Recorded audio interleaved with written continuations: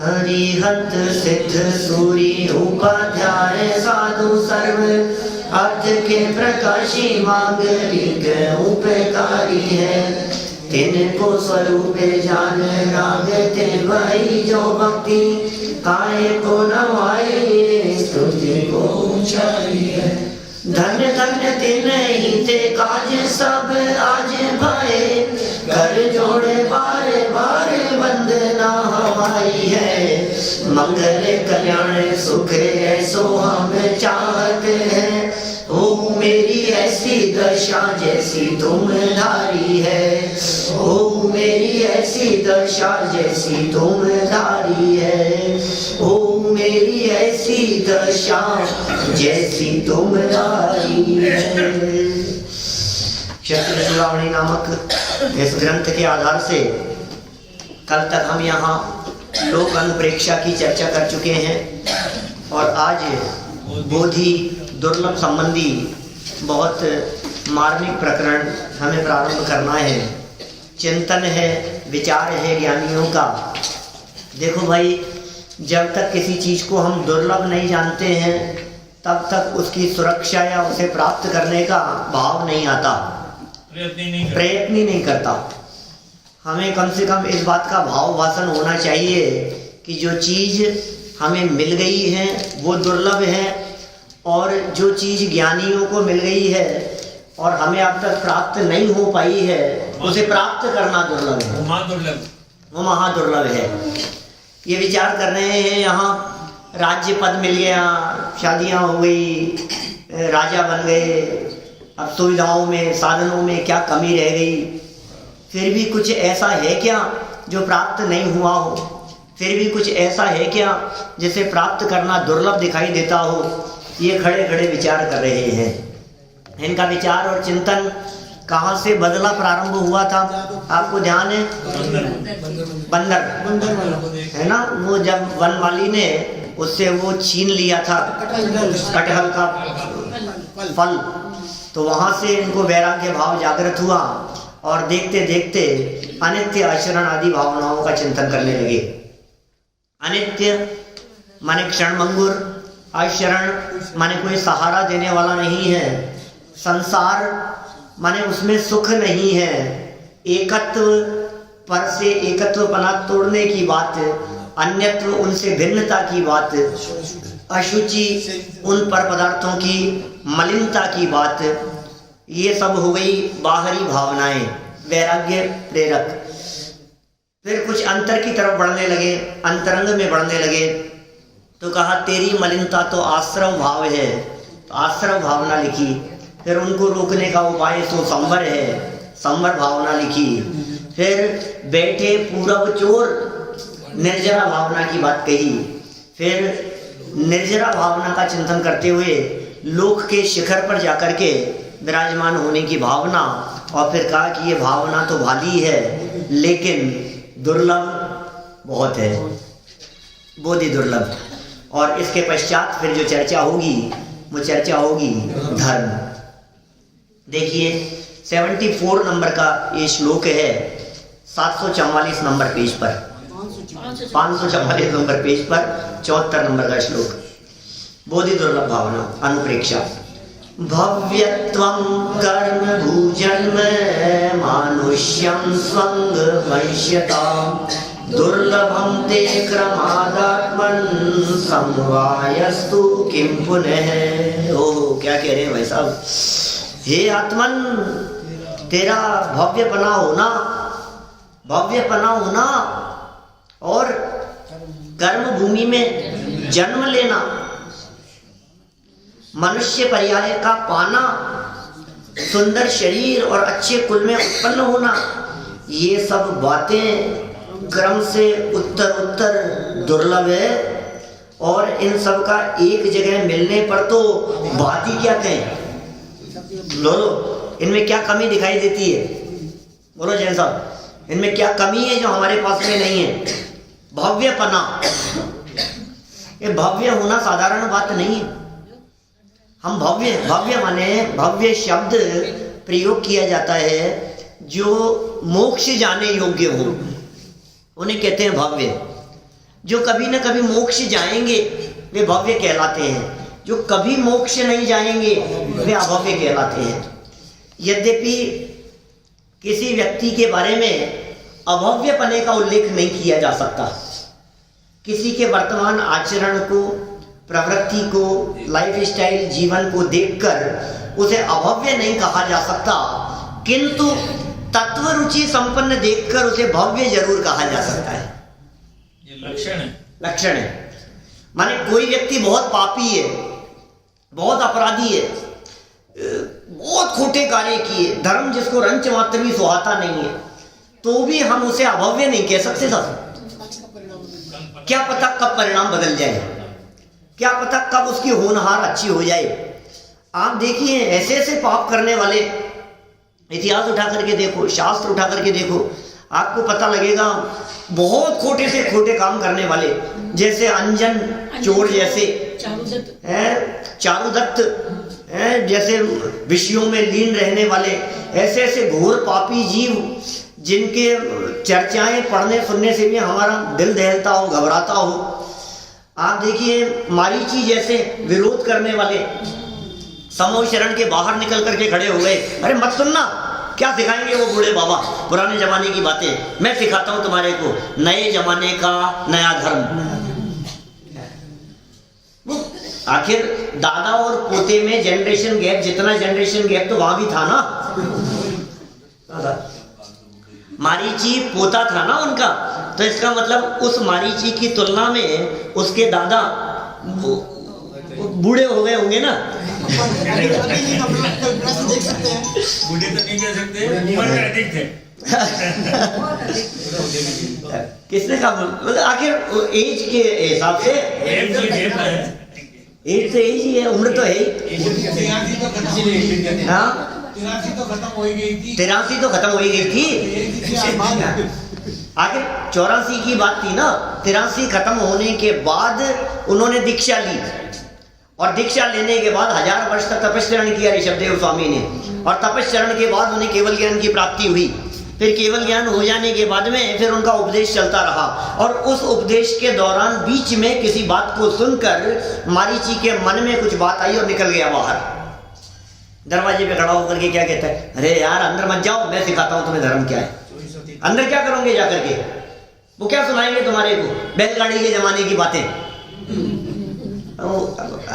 क्या कहें उसके बारे में, तो अपन कुछ कह नहीं सकते उस जमाने के बारे में, लेकिन कुछ ना कुछ ऐसा कह करके भड़काने वाला व्यक्ति, जैन धर्म का कट्टर विरोधी व्यक्ति, बोलो 363 संप्रदाय जिस व्यक्ति ने चला दिए हो, पाखंड मतों की स्थापना कर दी हो, क्रियावादी, अक्रियावादी, अज्ञानवादी, विनयवादी, ऐसे ऐसे संप्रदाय चलाए उन्होंने।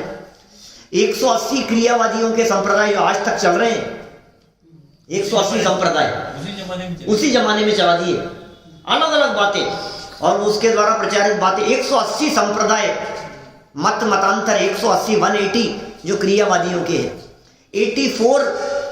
84 संप्रदाय ऐसे चले मारीची के द्वारा जो अक्रियावादियों के हैं। करो मत कुछ भी, क्रियावादियों को कहा करने से धर्म होगा, करने से मोक्ष होगा, बिना किए क्या होगा। अक्रियावादी ऐसे संप्रदाय निकल गए 84, जिसमें कहा गया कुछ भी करने की जरूरत नहीं है, क्या करने में मरे जा रहे हो, मत करो, नहीं करने से धर्म होगा, मोक्ष होगा। अक्रिया की चर्चा कर दी। फिर 32 संप्रदाय ऐसे बन गए जो विनयवादियों के हैं। तुम्हें करने नहीं करने के चक्कर में मत उलझो, तुम तो जो ज्ञानी मिले हाथ जोड़ो, बस पैर पड़ जाओ उनके, तुम्हारा उद्धार हो जाएगा।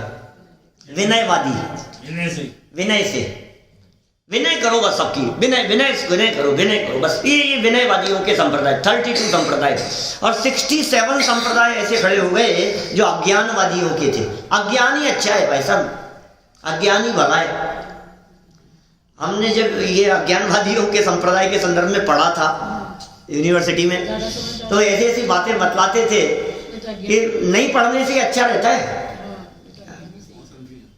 बहुत कंफ्यूजन है। More study more confusion, no study no confusion. जब तक पता नहीं लगे तब तक शांति है, पता लगते ही तकलीफ है। आपको पता नहीं है, मजे से जी रहे, आराम से चल रही है लाइफ, और जैसे ही ज्ञान हो गया तो तकलीफ है। वो कहते हैं अज्ञान अच्छा है, ये उनके संप्रदाय। ये 363 संप्रदाय मारीची ने चलाए। मैं आपसे पूछना चाहता हूँ, यदि तात्कालिक समय में कोई व्यक्ति बाहर से उसे देखता, अनजान नादान व्यक्ति उसे देखता तो क्या कहता? अभव्य है, ये ऐसे जीव कभी मोक्ष जाएंगे क्या? ऐसे जीव कभी मोक्ष नहीं जा सकते। लेकिन देखो, कौन जानता था कि वही व्यक्ति आगे चलकर तीर्थंकर भगवान महावीर बन जाएगा। उसी भाव में करेंगे, बोलो।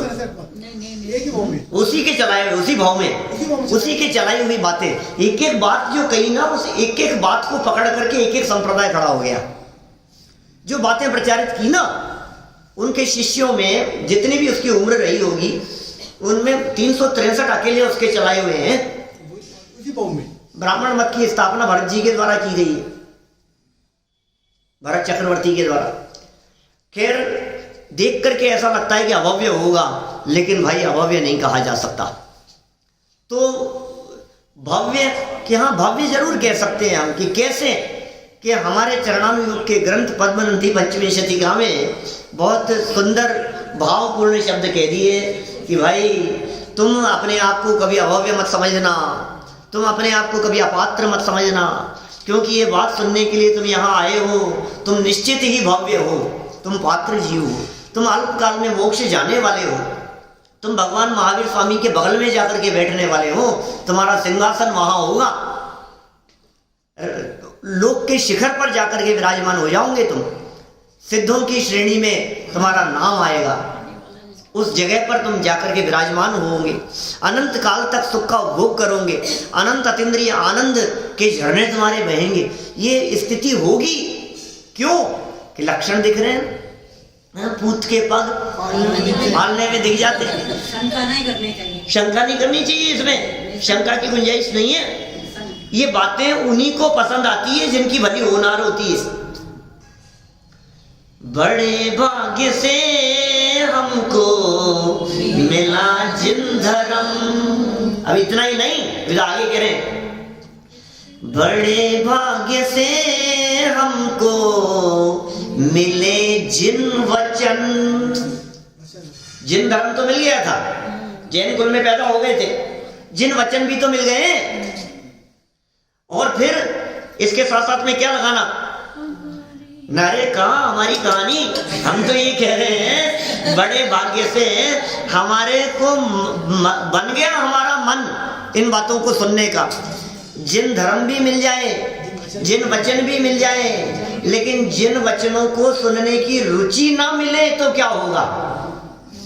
बोलो, रुचि भी तो मिल गई है। तो पद्मनंदी आचार्य कहते हैं, तत्प्रति प्रीति चित्तेन येन वार्तापि ही श्रुता निश्चितम स भवेत् भव्यो भावी निर्वाण भाजनम। बिल्कुल उत्कृष्ट घोषणा है उनकी कि तत्व की चर्चा को, इस जनवाणी की बात को जिस किसी व्यक्ति ने अत्यंत प्रीति पूर्वक, उत्साह पूर्वक सुना हो, सुनता हो, समझा देना, बहुत विशेष रुचि पूर्वक, अरे इन बातों में तो मेरा ही भला भाषित होता हुआ दिखाई देता है, इनको क्या मिलेगा? अरे नहीं, हम जाएंगे तो देखना थोड़ा उनको अच्छा लगेगा, अरे मुझे अच्छा लगेगा कि नहीं, नहीं थोड़ा सा सब लोगों के बीच में अच्छा रहता है, थोड़ा मंदिर दूर है ना, थोड़ा पैदल चलते हैं तो थोड़ा सा वॉकिंग हो जाती है, थोड़ा सा अच्छा रहता है। अरे भाई सुन, किसी और का भला नहीं है, देह का भला नहीं है, देह परद्रव्य है। इन बातों को सुनने और समझने से तो मेरा ही हित भाषित होता हुआ नजर आता है।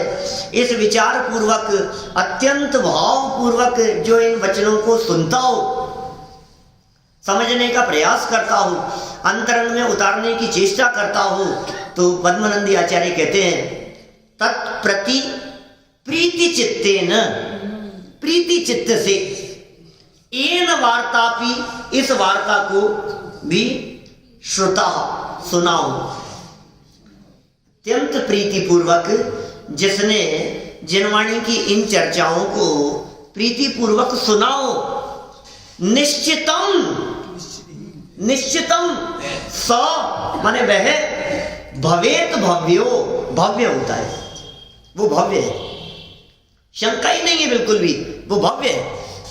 कैसा? भावी निर्वाण भाजनम, अल्प काल में भविष्य में निर्वाण प्राप्त करने वाला। हम भव्य हैं, ये भव्यपना मिल गया। हे आत्मन, तेरा भव्यपना होना, और भव्य तो है और कर्म भूमि में जन्म लेना, भोग भूमि में जन्म ले ले। भव्य तो है लेकिन नरक में पड़ा है, भव्य तो है लेकिन 2 इंद्रिय 4 इंद्रियों में भटक रहा है, भव्य तो है भोग भूमि में, मलेच्छ भी नहीं। ये कह रहे हैं यहाँ देखो आप, ये कर्म भूमि में, कर्म भूमि और आर्यखंड, कर्म भूमि में जन्म ले लेना, क्योंकि कर्म भूमि में जन्म ले लेना विशेष भाग्य की बात कह रहे हैं यहाँ। अब देखो हमें भोग भूमि की महिमा आती है, आचार्य देव कह रहे हैं कर्म भूमि में भाग्य से जन्म होता है। भोग भूमि और कर्म भूमि का अंतर जानते हैं आप?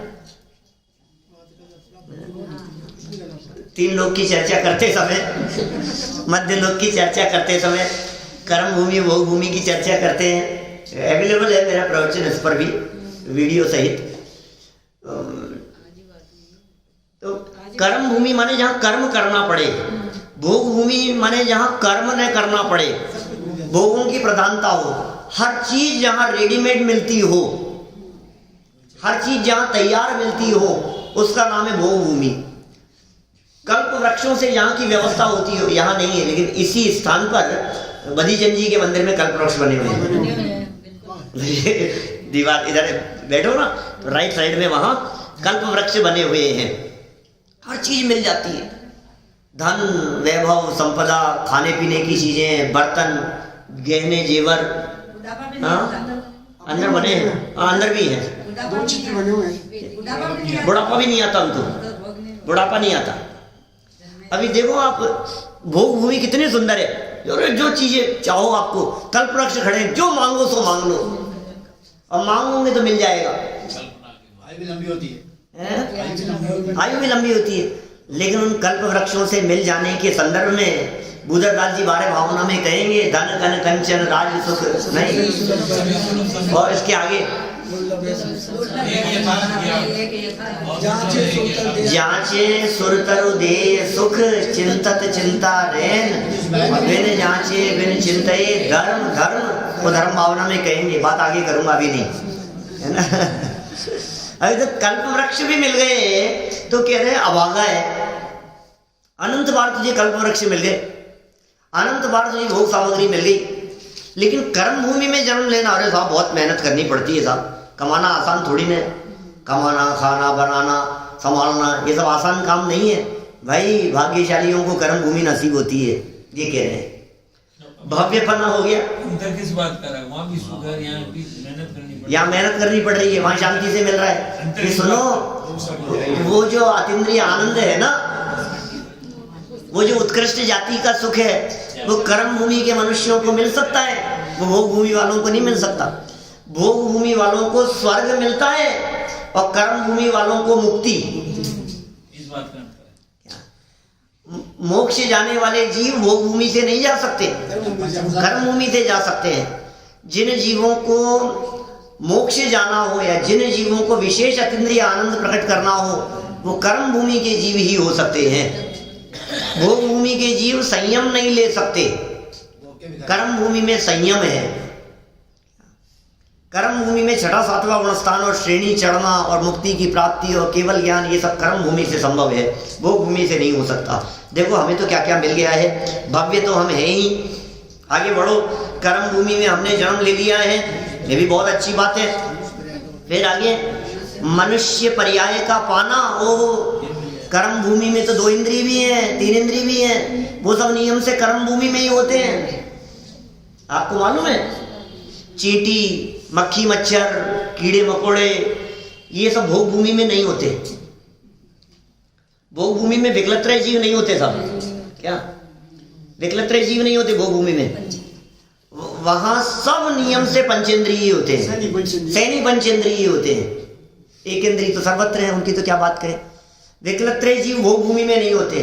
अब कर्म भूमि में जन्म लिया और असंगी बन करके जन्म लिया तो फिर खत्म हो गया ना, क्या सीखेगा समझेगा। असंगी माने जिसको मन नहीं है, उसने यदि कर्म भूमि में जन्म लिया और कर्म भूमि में जन्म लेकर के 2 इंद्रिय हुआ, 3 इंद्रिय हुआ, 4 इंद्रिय हो गया, मक्खी मच्छर हो गया, तो क्या मतलब है? ये कहा नहीं, कर्म भूमि में तो जन्म लिया था, और मनुष्य पर्याय का पाना कितना दुर्लभ था, मनुष्य बनना। अभी मैं चर्चा तो कर सकता हूँ आपसे बहुत विस्तार से मनुष्य जन्म की दुर्लभता के संदर्भ में, लेकिन वही है ना, फिर वो बहुत बातें हो जाएंगी। 2 प्रवचन है मेरे मनुष्य जन्म की दुर्लभता पर, पहले भी कही है आप लोगों के बीच में। मैंने एक नैरोबी में किया था और एक सिंगापुर में किया था, मनुष्य जन्म की दुर्लभता के नाम से विशिष्ट प्रवचनों में अवेलेबल है उसमें। तो वास्तव में वो ख्याल आनी चाहिए हमारे को, ये बात कितना दुर्लभ है। फिर अभी तो इसको बने रहना, इसका निरोगी रहना, इसका टिके रहना, ये मनुष्य बनना ही इतना दुर्लभ है। फिर ये उत्तर कह रहे हैं आगे वहां दुर्लभ, अभी छूट जाएगा उसकी बात नहीं कर रहे, चला जाएगा वो अलग बात है, पहले मिला कितनी दुर्लभता से है, तुझे इसका भाव वासन है क्या? जैन कुल उसमें भी जैन कुल मनुष्य तो माने अनंत अनंत अनंत अनंत जीव है भाई साहब, मनोज जी साहब, अनंत अनंत जीव है। और उन अनंत अनंत जीवों में से किसी एकाध जीव को चांस मिलता है दीपेश जी 2 इंद्रिय बनने का, मनुष्य नहीं। चिंतामणि के बराबर हो गया वो भी। ये कंपटीशन कितना टफ है आपको मालूम है? यहाँ तो हमारे को ऐसे कंपटीशन, अरे नहीं बहुत कठिन है भाई साहब, 1200-1300 लोग हैं और एक का सिलेक्शन होना है, अपन कहाँ लाइन में लग रहे हैं यार, चांस बहुत मुश्किल है। 1200-1300 में एक का, 12,000-25,000 में हो, 25,000 में एक व्यक्ति को चुना जाना है, बोलो कितना कठिन है। और लाखों में हो तो हम क्या करें, अरे आपको पता है हमारा बेटा लाखों में एक है, करोड़ों में एक है हमारा नरेंद्र मोदी प्रधानमंत्री जी, क्या करोड़ों में एक है ना। हिंदुस्तान की पॉपुलेशन 125 करोड़, अब 125 करोड़ में एक ही है ना प्रधानमंत्री, तो कितना भाग्यशाली है देश का प्रधानमंत्री। अरे चक्रवर्ती अपने आप को अभागा कह रहा है, 6 खंड की विभूति का स्वामी, 6 खंड को जीत लेने के बाद वो कह रहा है मैं अभागा हूं। अभी कहां कहां हमारे को भाग्य दिखाई देता है। सुनो भाई, हम ये कह रहे हैं लाख, 10 लाख, करोड़, 10 करोड़, अरब, 10 खरब की बात नहीं है। इतनों में कोई पद एक मिलना हो तो भी बहुत आसान है। यहां 2 इंद्रिय पर्याय की प्राप्ति करना अनंत में से एक था, अनंत में से एक, लट बनना।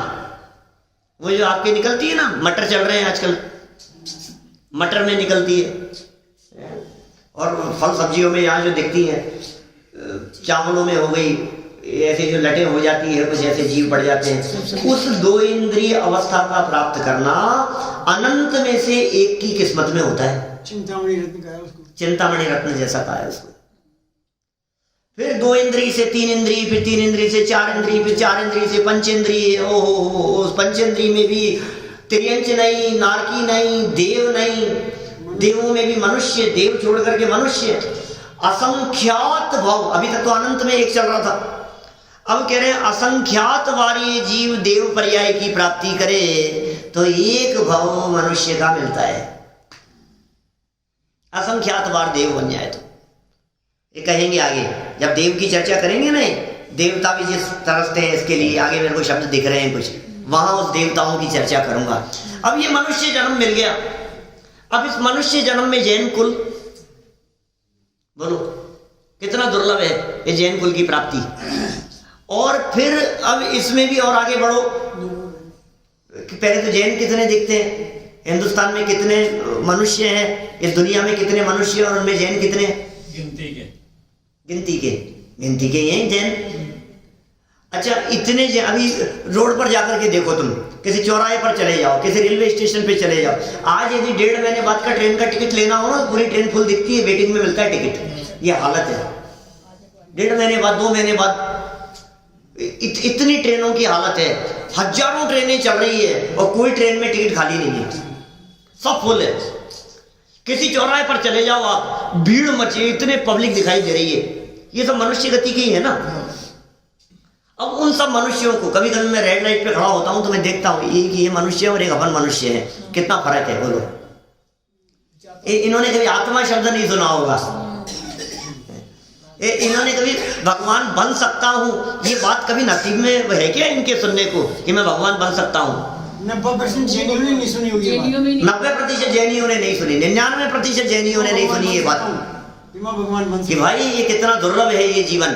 सब्जी बेच रहा है, चिल्ला रहा है, 2 पैसे कमा लिया, ये कर लिया, भागम भाग में लगा हुआ है, उसी में जीवन बस पूरा हो गया। ये समझ लिया बहुत काम कर लिया हमने, तो इससे ज्यादा क्या करेंगे हम? अभी तो ऐसे ही चलता है, जन्म मरण की बातें सब करते हैं, लेकिन कितना दुर्लभ है ये। दुर्लभता की बात भी लोग कर ले हुए, लेकिन दुर्लभता जान करके तूने सदुपयोग करने के लिए प्रयास क्या किया ये बता। अब जैन हो गए, जैनों में भी फिर मंदिर आने वाले, रात्रि भोजन का त्याग करने वाले, पूजन प्रक्षाल करने वाले, स्वाध्याय सुनने वाले, रुचि पूर्वक सुनने वाले। आपको पता है आप कहाँ आकर के बैठ गए हो? टोडरमल जी का मंदिर ये यहाँ आकर के बैठना ये बड़े भाग्य से होता है, इन संयोगों में नहीं आता है कोई व्यक्ति। ये संयोग मिलना इतना दुर्लभ है, ये साथ मिलना इतना दुर्लभ है। माने ये जो समागम मिल गया है तत्व रसिक जीवों का, ये समागम ही अपने आप में बहुत दुर्लभ है, मिलता ही नहीं है ऐसा समागम। माने हम सोच नहीं सकते अपने भाग्य के बारे में, हम कितने भाग्यशाली हैं। बहुमूल्य हीरे एक जगह इकट्ठे हुए। हाँ, बहुमूल्य हीरे, सच में। अब होता भी ऐसा ही है, जिस जगह ऐसा नहीं होता कि जमीन के अंदर खुदाई करो तो एक हीरा मिल गया, वो मिलते हैं ना, तो फिर वो खान मिलती है, फिर वो एक साथ ही वो सब एकत्रित होकर के एक जगह पर मिलते हैं। ऐसा ही है स्वरूप। कौन गाड़े, क्या बात कर रहे हो आप? गाड़ने वाले तो गाड़े ही है। तो भाग्य से सहज ही एकत्रित हो जाते हैं। समान रुचि वाले जीव अपने आप एक जगह पर आकर के एकत्रित हो जाते हैं। ये तो कई बार उदाहरण देते हैं क्लास का, स्कूल का, कॉलेज का, अपने आप ही एक जैसी रुचि वाले कहते हैं ना, हमारी इनसे बनती नहीं है कि भाई साहब सुनो, जैसों को जैसे ही मिलते हैं ये कहा जाता है ना ऐसा। तो सब समान रुचि वाले एक जगह पर आकर के एकत्रित हो जाते हैं। ऐसा ही स्वरूप है, ऐसा ही देखा जाता है। ऐसा कहते हैं। चलिए फिर क्या कह रहे हैं? कुएं की मिट्टी कुएं में। अब ये मिल गया यहाँ पर ये सब। अब इनमें भी सुंदर शरीर, लो मनुष्य पर्याय तो मिल गई थी, कुल तो मिल गया था, लेकिन जैन कुल में पैदा हो गया, गर्भ में मर गया। अब शरीर तो मिला लेकिन एक हाथ कम मिला। बोलो, ये अपने विराग जी निकालते हैं ना, चहकती चेतना आती है आप लोगों में? किसी के क्या आती है? बच्चों के लिए आती है एक मैगजीन, हर 3 महीने में निकलती है, चहकती चेतना के नाम से। छोटे बच्चों के लिए आती है, लेकिन बड़ों के लिए भी बहुत सुंदर है, उपयोगी। वो उसमें लास्ट में वो फोटो देते हैं, उसमें देखते हैं कर्मों का खेल, कर्म की रेखा मिटे नहीं, ऐसा ऐसा क्या वाक्य है वो, बहुत सुंदर वाक्य, बहुत सुंदर है, लेकिन दृश्य इतने बदसूरत है कि देखते डर लगे। कर्म की रेखा टारे नहीं टरे, टलती नहीं है वो स्थिति। उन दृश्यों को देखो, दिल दहलाने वाले दृश्य, मनुष्य गति के जीवों के, मनुष्य गति के जीवों के दृश्य, ऐसे दृश्य जिन्हें देख करके घबराहट हुए, ऐसा ऐसा शरीर प्राप्त हो जाता है। किसी का कान ऐसा लटका हुआ, किसी का मुंह ऐसा बिगड़ा हुआ, किसी का कुछ, किसी के हाथ नहीं है, किसी के, अभी तो एक फोटो है जिसमें 6 हाथ एक बच्चे के। बोलो कैसा कैसा शरीर होगा उनका। किसी के पाँव नहीं है, किसी के हाथ नहीं है, किसी के आंखों से दिखाई नहीं देता है, कोई जन्म से बहरे हैं, कोई बोल नहीं सकते हैं, गूंगे हैं, किसी के हाथ दोनों चिपके हुए हैं, किसी के एक ही हाथ है, किसी मतलब कैसे ऐसे विकृत स्वरूप, तो पाप कर्म की वजह से। हम लोगों के तो नहीं है ना ऐसी स्थिति। सब मनुष्य है, वो सब मनुष्य है, 2 जीव एक साथ जुड़े हुए। दरिद्रता देखो तो आप कल्पना नहीं कर सकते हो, क्या क्या नहीं कराते हैं पाप कर्म का उदय, ये क्या क्या खेल नहीं खिलाता है। हमें बड़े भाग्य से ये सुंदर शरीर मिल गया है, 5 इंद्रियां स्वस्थ मिल रही हैं, आंखों से दिखाई देता है, कान से सुनाई देता है, हाथ पांव बराबर चल रहे हैं, शरीर बराबर काम कर रहा है, उठने बैठने चलने की स्थिति बराबर अच्छी दिखाई देती है। अत्यंत सुंदर शरीर, देख करके अपने को ही लगता है मैं कितना सुंदर हूं। तो भाई लेकिन ज्यादा दिन तक नहीं चलेगी तेरी ये सुंदरता। क्या क्या करे, ये देखो सुंदर शरीर और अच्छे कुल में उत्पन्न होना, सुंदर शरीर के साथ साथ में कुल अच्छा, इनमें जैन कुल में उत्पन्न होना, ये सब बातें जितनी बातें कही है क्रम से उत्तरोत्तर दुर्लभ है, एक के बाद एक के बाद एक, ये सब दुर्लभ है। और इन सब का एक जगह मिलने पर तो बात ही क्या कहें, बोलो। सुंदर शरीर हो लेकिन जैन कुल नहीं हो, सुंदर शरीर और जैन कुल हो तो मतलब मनुष्य पर्याय नहीं हो, या मनुष्य पर्याय हो तो ये नहीं हो, इन सब चीजों का एक साथ मिलना, और ये मिले और कर्म भूमि ना मिले, और ये सब भी हो और भव्य नहीं हो, ये सारी बातें एक ही जगह पर आकर के मिल जाना, तो इन सब की क्या बात कहें भाई, ये तो महान दुर्लभ है। देखो हे आत्मन, जब मोक्ष मार्ग तथा मोक्ष प्राप्ति में कारणभूत, क्या कह रहे हैं, मोक्ष मार्ग और मोक्ष प्राप्ति में कारणभूत भव्यपना, ये मोक्ष प्राप्ति में कारणभूत है, ये बड़े भाग्य से मिल गया हमारे को। क्या कह रहे हैं, मोक्ष मार्ग, एक तो मार्ग वो रत्नत्रय वो मार्ग है, और उस मार्ग की प्राप्ति में कारणभूत क्या क्या बातें हैं, इसको जो अच्छा कहा है, आगे आ जाओ, आगे आ जाओ, आगे। आज हमारे काफी लोग अनुपस्थित हैं। देखो क्या कहा, मोक्ष प्राप्ति में कारणभूत, क्या है कारणभूत, मोक्ष प्राप्ति में क्या कारणभूत है, तो कह रहे हैं भव्यपना, संयम। ये संयम पना जो मिलता है ना, क्या ये भाग्य से मिलता है, संयम पना हो और फिर आप्त बनने की स्थिति हो। क्यों भाई, ये क्या कह रहे हैं, हे आत्मन, हमें संदेश दे रहे हैं। पेज नंबर है 544, सरल अर्थ है, बोधि दुर्लभ भावना का 74वें श्लोक का भावार्थ, सरल अर्थ। हे आत्मन, जब मोक्ष मार्ग तथा मोक्ष प्राप्ति में कारणभूत, क्या क्या है मोक्ष प्राप्ति में कारणभूत, ये बातें जो कह रहे हैं मोक्ष प्राप्ति में कारणभूत है, मोक्ष मार्ग प्रकट करने में कारणभूत है। रत्नत्रय की प्राप्ति ये मनुष्य जन्म में कही है, रत्नत्रय माने सम्यक दर्शन की प्राप्ति नरक में हो जाए, देवगति में हो जाए, लेकिन रत्नत्रय नहीं कहा, सम्यक दर्शन ज्ञान चारित्र नहीं कहा, वहां चारित्र का निषेध किया, चतुर्थ गुणस्थान में चारित्र का निषेध किया टोडरमल जी ने 9वें अध्याय में, कि वहां चारित्र नहीं है, मोक्ष मार्ग नहीं है, ऐसा कहा उन्होंने। मोक्ष मार्ग क्यों नहीं है, ये सब प्रकट तो हो गया है, लेकिन मार्ग नहीं है, मोक्ष मार्ग ही नहीं है, अभी कदम नहीं बढ़े, अभी दिशा बदली है, सिर्फ कदम नहीं बढ़े हैं अभी। लेकिन कर्म भूमि का मनुष्य ये यहाँ आगे बढ़ सकता है, ये मोक्ष मार्ग प्रकट कर सकता है, इसे मोक्ष की प्राप्ति हो सकती है। देवगति के जीवों को ये फैसिलिटी नहीं है, वो जीव कितना भी प्रयास करे वो मोक्ष मार्ग में कदम आगे नहीं बढ़ा सकता, वो भूमि जीवों को भी नहीं है।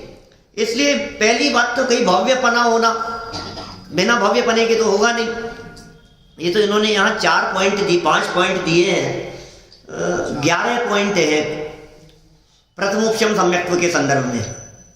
प्रथमोपशम सम्यक्त्व की पात्रता के बारे में 11 बिंदु दिए, मेरे पंचलब्धि वाले जो प्रोफेशन है ना मेरे, उसमें 11 पॉइंट बतला करके उसकी चर्चा की है कि भाई देखो ये चीजें चाहिए, तब जाकर के तुम्हारा मोक्ष मार्ग प्रकट हो पाएगा, प्रथमोपशम सम्यक्त्व प्रकट हो पाएगा।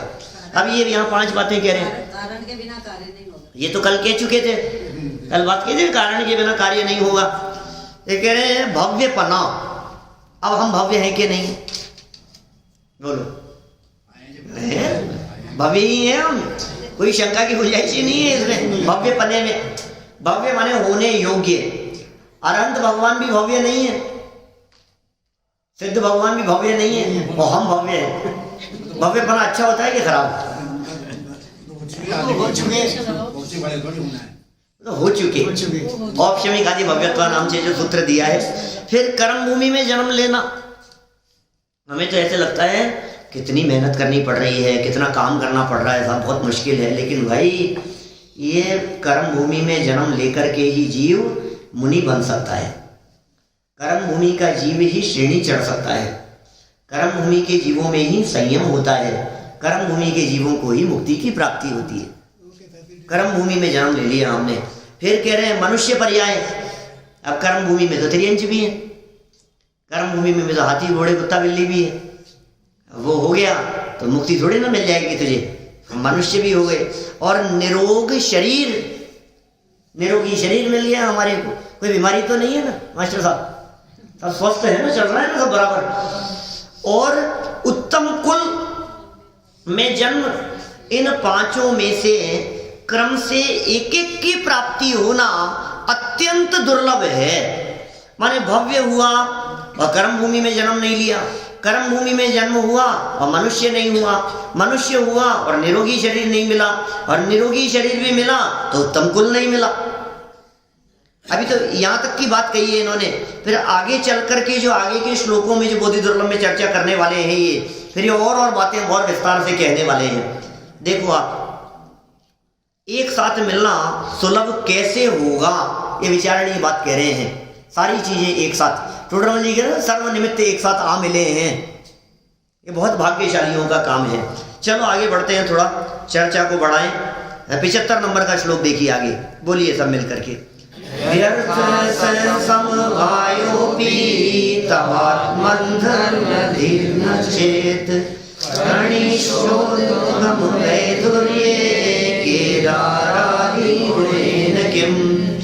हे आत्मन, अब भी यदि तेरी धर्म में बुद्धि नहीं हुई तो पूर्वोक्त सब बातों का मिलना भी निष्फल है।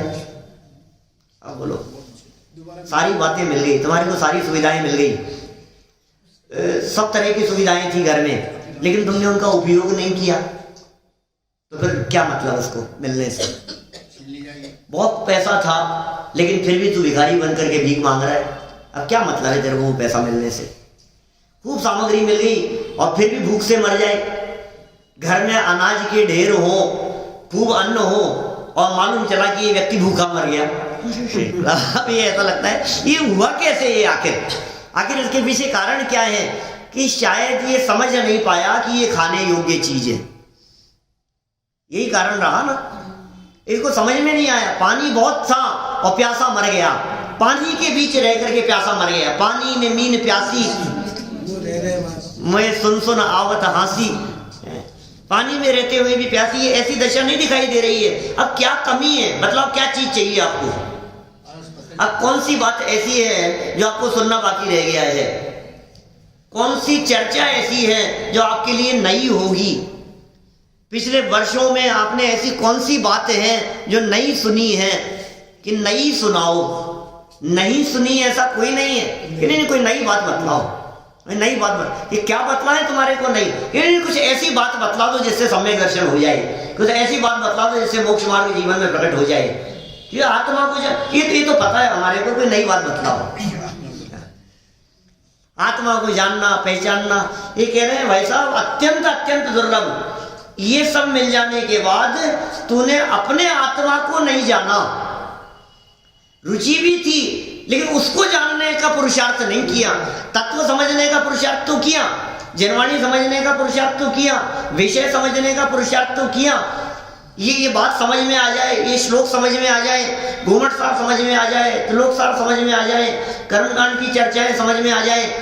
टोडरमल जी साहब कहते हैं जीव अजीव तत्व संबंधी भूल में प्रकरण दिया है 225 नंबर पेज पर, मोक्ष मार्ग प्रकाशक 225 नंबर पेज पर कहा उन्होंने कि वो गुणस्थान मार्गणादिक और त्रिलोकादिक के विषय को जानने में तो अपने उपयोग और बुद्धि को लगाता है, लेकिन वेद विज्ञान और वीतराग दशा होने के कारणभूत अध्यात्म शास्त्रों का अभ्यास नहीं करता, उन्हें नहीं पहचानता, उन्हें नहीं पढ़ता। नहीं साहब हम लोग वो थोड़ी ना है, हम तो अध्यात्म में रुचि वाले हैं, है ना। हमारे तो अध्यात्म की रुचि है कि भाई आत्मा को जाना के नहीं जाना ये बतला, आत्मा मिला के नहीं तुझे कि साहब मैं आत्मा, ये श्रद्धा हुई कि नहीं? पूरी श्रद्धा है हमारे को कि इस श्रद्धा से काम नहीं चलेगा, ये सब विकल्पात्मक श्रद्धा है। निर्विकल्प अनुभूति हुई कि नहीं हुई? अनंत बार चलेगी। इसी दुर्लभता के संदर्भ में दौलत राम जी कहते हैं ना, अनंत बार ग्रह को उपजायो, पे निज आत्मज्ञान बिना, ये तो चौथी ढाल में कही है। वो बहुत ही दुर्लभ भावना में कहा है, अंतिम गृह विकलों की हद पायो अनंत विरया पद, पर सम्यक ज्ञान न लाधो दुर्लभ निज में मुनि साधो। मुनिराज साधना करते हैं निज में, वो अत्यंत दुर्लभ है, तूने नहीं किया भाई। हे आत्मन, अब भी चेत जा, तो चेत जा। तुझे दिखता नहीं है उनका मनुष्य जीवन पूरा हो गया, तुझे दिखता नहीं है उनके प्राण चले गए, तुझे दिखता नहीं है कल वो स्विच लगा रहे थे और करंट आ गया, जल करके खत्म हो गए, तुझे दिखता नहीं है वो रोड क्रॉस कर रहे थे और गाड़ी ने उड़ा दिया, ये बातें तुझे दिखती नहीं है। अब किसका इंतजार कर रहा है? अब इंतजार किसका है ये बता भाई। आज मानो चाहे कल मानो, मानना तो पड़ेगा, स्वीकार तो यही करना पड़ेगा। आज यदि स्वीकार करे चाहे अनंत काल बाद स्वीकार करे, इसके अलावा दूसरी कोई बात है ही नहीं। एक होए तरण काल मां, एक ही मार्ग है ना। जब मार्ग यही है तो आज मानो नहीं, थोड़े समय रुक तो जाओ, थोड़ा सा देखो। अभी भाई सुन, ये जो ग्रंथ है ना, 50 रुपए का मिल रहा है कि नहीं, 2 दिन इंतजार करो, हो सकता है कोई छूट हो जाए, 50 की जगह 30 का मिलने लग जाए। तो तेरा इंतजार करना तब तो सार्थक है जब छूट की संभावना हो। जब छूट की कहीं गुंजाइश ही नहीं है, कहीं अरे ये इतना शॉर्टकट है कि तुझे उपवास करने की जरूरत नहीं है। इतना शॉर्टकट बतला दिया है कि तुझे व्रताधिक अन्य क्रियाकांड अपनाने की जरूरत नहीं है। इतना शॉर्टकट बतला दिया है कि तुझे बहुत शास्त्रों के अभ्यास करने की जरूरत नहीं है। सिर्फ तत्व विचार, जो 260 पेज पर जो कह दी पंडित जी साहब ने, देखो तत्व विचार की महिमा, ये जो बात कह दी है, तत्व विचार की महिमा कह दी, फिर आगे उसके वाक्य बढ़ा करके कह दिए तत्व निर्णय की बात कह दी। तत्व विचार की महिमा कही ना, देखो तत्व विचार की महिमा। तत्व विचार से रहित देवादिक की प्रतीति करे, व्रतादिक पाले, तपश्चरणादिक करे, बहुत शास्त्रों का अभ्यास करे, वो तो सम्यक प्राप्ति का अधिकार नहीं है। और तत्व विचार वाला इनके बिना भी गजब कर दिया, इनके बिना भी सम्यक्त्व का अधिकारी है। अब तुम्हें तत्व विचार, इसका मतलब इसके पहले जितनी बातें कही थी, देवादिक की प्रतीति, तपश्चरण, व्रतादिक, शास्त्राभ्यास, उन सब को एक्स्ट्रा क्वालिफिकेशन कह दिया। वो सब एक्स्ट्रा है, हो तो ठीक है, नहीं हो तो भी चलेगा। अब कितना शॉर्टकट बतला दिया। अब कहो साहब इसमें भी थोड़ा सा कंसेशन कर दो, अब इसमें भी थोड़ी कम कर दो। कंपलसरी क्या? अब इसमें क्या कम करना है? अब तो फिर सभी चला जाएगा, फिर कुछ नहीं बचेगा। क्या अब तत्व विचार की तुझे बात कही है, इसके अलावा अब क्या बच गया? अब क्या कम करें इसमें से? अब भी नहीं करे तो क्या कह रहे हैं यहाँ पर देखो, धर्म बुद्धि नहीं हुई तो पूर्वोक्त सब बातों का मिलना हुई निष्फल है, सब बेकार हो गया। किसी व्यक्ति को कहीं सिलेक्शन होना है और उसके लिए बहुत तैयारी कर रहा है, स्टेप बाय स्टेप क्लियर करता चला जा रहा है, और लास्ट स्टेप पर उस स्टेप को क्लियर नहीं कर पाया, तो फिर अभी तक जितने क्लियर किए थे इन सब का क्या लाभ मिला? एक व्यक्ति ने कहीं डूब रहा था और तैरते तैरते इतना पुरुषार्थ, इतनी मेहनत की कि बिल्कुल किनारे के नजदीक तक 1 इंच पहले आकर के डूब गया। तो बोले जितनी मेहनत की थी उसका क्या हुआ? वो किसी काम की नहीं। अब क्या काम आएगी? वो प्रयोजनभूत काम नहीं हुआ ना, जो करने योग्य काम था वो काम नहीं हुआ, तो उससे पहले तक जितने भी काम किए गए हैं वो सारी मेहनत बेकार हो जाएगी। किसी व्यक्ति को पास होने के लिए, सिलेक्शन होने के लिए मान लीजिए 80% नंबर चाहिए, अब 79.9 भी आ गए, उन्हीं के साथ में है जिसके 10% आए हैं। कोई फर्क नहीं है कि क्या बात कर रहे हो साहब, कुछ तो फर्क करो। कि क्या फर्क करें? कार्य सिद्धि के लिए, कार्य सिद्धि न होने में दोनों एक समान है। एक व्यक्ति फेल हुआ, 10% नंबर आए तो फेल हुआ, और एक 30% नंबर आए तो फेल हुआ। अब वो ये कहेगी साहब मेरे इससे तो ज्यादा है, तो पहले क्या लाभ है बताओ, क्या लाभ है? 10% वाले की तुलना में मेरे तो 30% है, मेरे तो अच्छे हैं। कि भाई सुन, कक्षा आगे नहीं बढ़ने की दृष्टि से तो दोनों समान हो, राजी हो जाओ उसका नहीं।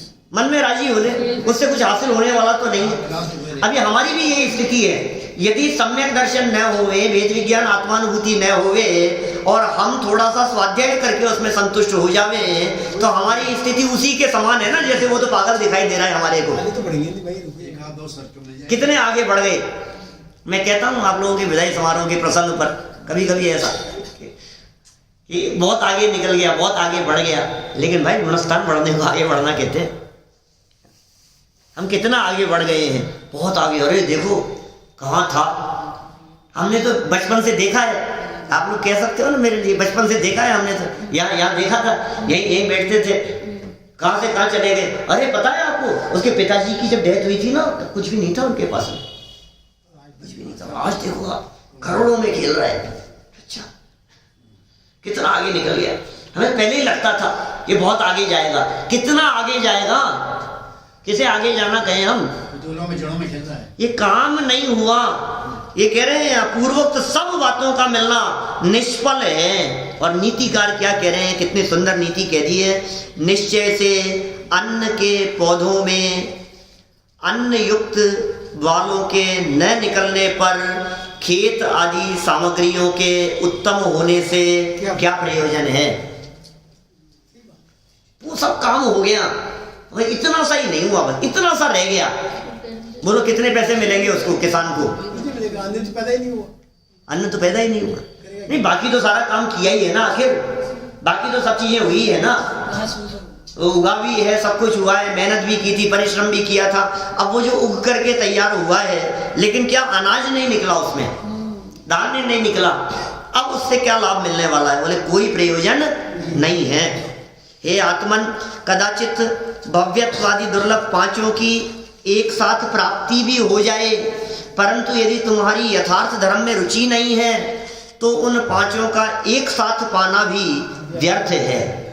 रुचि, अभी जो रुचि की बात कर रहे हैं, ये आगे चल करके आत्मानुभव तक ले जाएंगे, पहुंचना तो वहीं तक है, दुर्लभता तो वहीं तक बतलानी है। अपूर्वकरण, अनिवृत्तिकरण रूप परिणाम, रत्नत्रय, ये जो 78 नंबर का श्लोक है ना, इसकी चर्चा करेंगे कल। देखो क्या कह रहे हैं यहाँ, तुम्हारी यथार्थ धर्म में रुचि नहीं है। ये यथार्थ धर्म बहुत मार्मिक शब्द दे दिया इन्होंने यहाँ। यथार्थ धर्म में रुचि नहीं है, इसका मतलब धर्म में रुचि वाले भी लोग बहुत है सारे दुनिया भर में। और साहब इनकी तो बहुत धर्म में रुचि है। कि कैसे धर्म में रुचि है कि हर शुक्रवार को व्रत करता है, हर रविवार को व्रत करता है, इसके धर्म में बहुत रुचि है। इसके धर्म में इतनी रुचि है कि रोजाना सूर्य को जब तक जल नहीं चढ़ाता है तब तक तो इसकी दिनचर्या शुरू नहीं होती है। इसके धर्म में बहुत रुचि है, रोजाना कबूतरों को ज्वार डालता है, बहुत धर्मात्मा है, तुम्हें पता नहीं है। ये तो बाहर ही बात कह दी। अब थोड़ा ये बहुत धर्मात्मा है, रोजाना जाकर के कम से कम 8-9 पूजा जब तक नहीं करे ना तब तक तो ये काम नहीं करते आगे। रोजाना का नियम है इनका, 8 पूजा कम से कम रोज करते हैं। बहुत धर्मात्मा है, रोजाना माला फेरते हैं, बहुत धर्मात्मा है। इतने धर्मात्मा है कि साल में 3 महीना तो इनका तीर्थ क्षेत्रों पर बीतता है। इतने धर्मात्मा है, आप कहाँ बराबरी करोगे इनकी। इतने धर्मात्मा है, इतने उपवास करते हैं। आपको पता है कितने धर्मात्मा है? क्यों साहब, आपके भाई भी बहुत धर्मात्मा है ना? बोलो, 1-1 महीने के उपवास किए, 1-1 महीने के उपवास, बहुत धर्मात्मा है। लेकिन कह रहे हैं भाई यथार्थ धर्म की रुचि नहीं है। बोलो, प्रयोजनभूत बात की रुचि नहीं है तो क्या धर्म पना, वो है ही नहीं, उसे धर्म कहते ही नहीं है।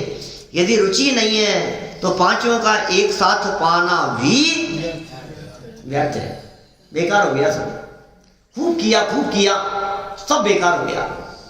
बहुत मेहनत की तुमने, पूरी रसोई जमाई, सब कुछ किया, और फिर क्या हुआ कि सब बन करके तैयार हो गया, लेकिन लास्ट में क्या हुआ कि वो थोड़ा सा ज्यादा हो गया तो वो सब जल गया।